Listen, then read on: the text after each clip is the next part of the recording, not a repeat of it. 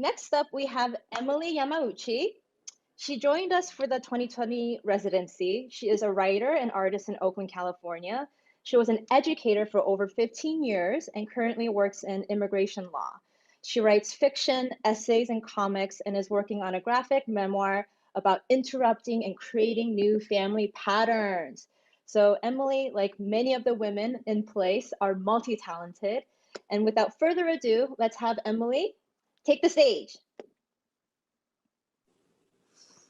Thank you, and thank you to everyone who has come to see and support us today, and everyone who might tune in later.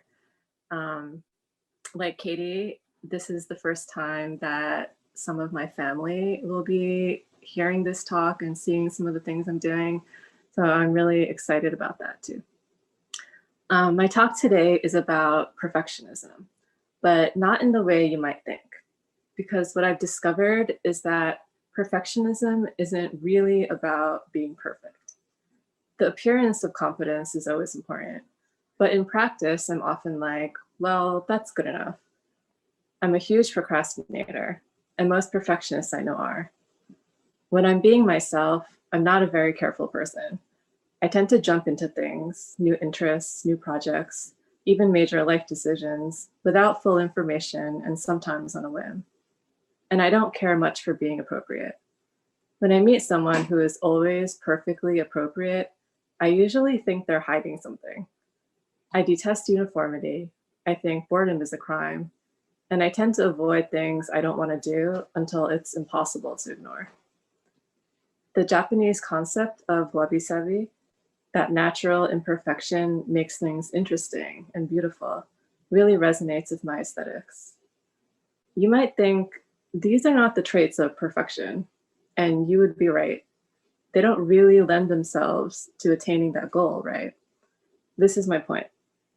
There is conflict between how I authentically am and the compulsion to present a certain way, and this is the root of perfectionism.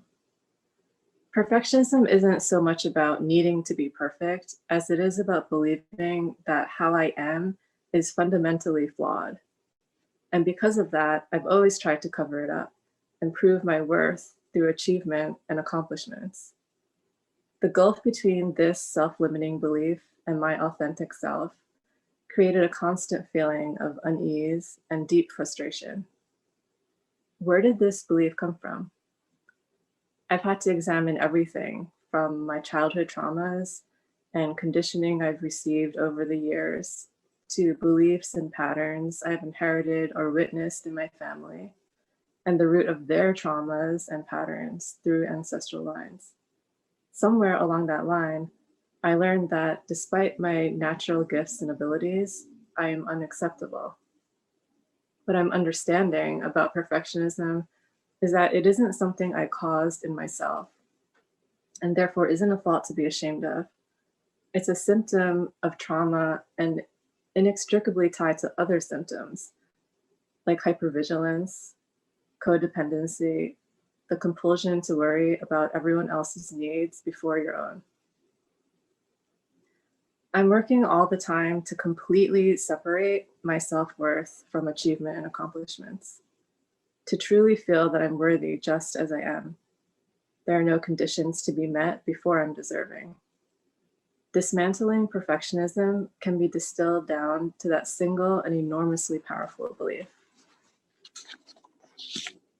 It's not simply an affirmation that I say to myself while secretly believing. In reality, how I feel about myself is of course tied to my achievements or accomplishments, or lack thereof.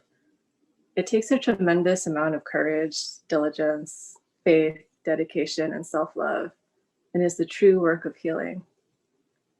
I realize now how uncommon, how revolutionary it is to actually do the real work to set myself free.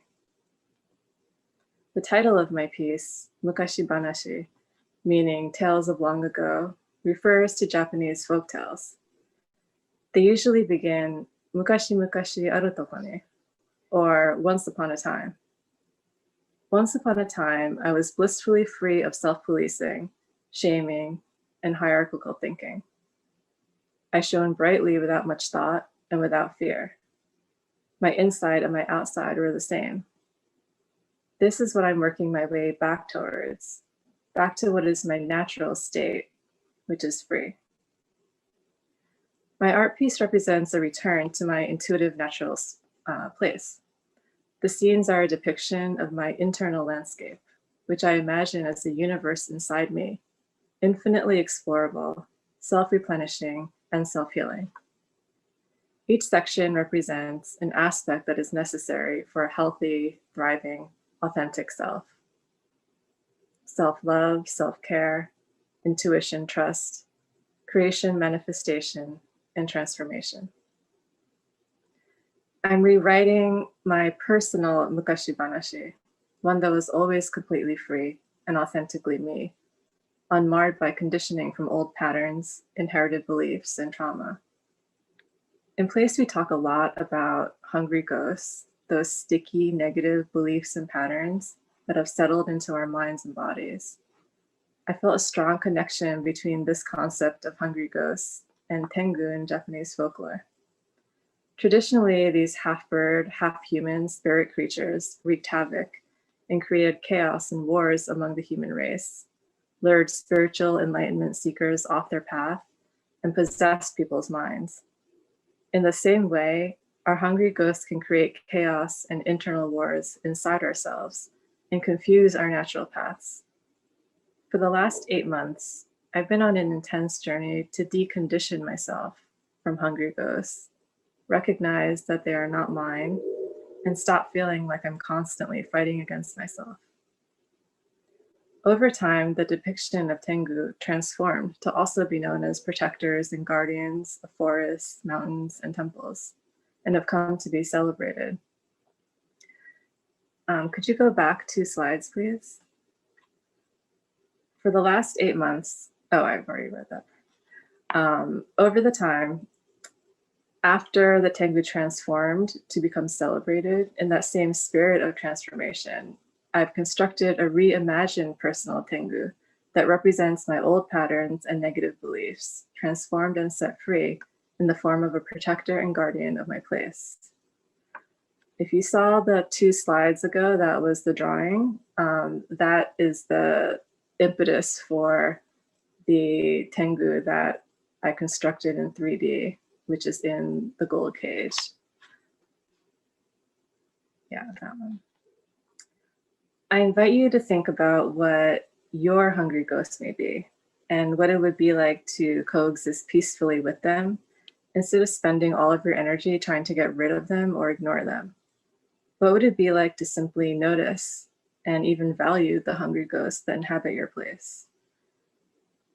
As information and as teachers, I invite you to create your own personal tengu, your transformed guardian and protector.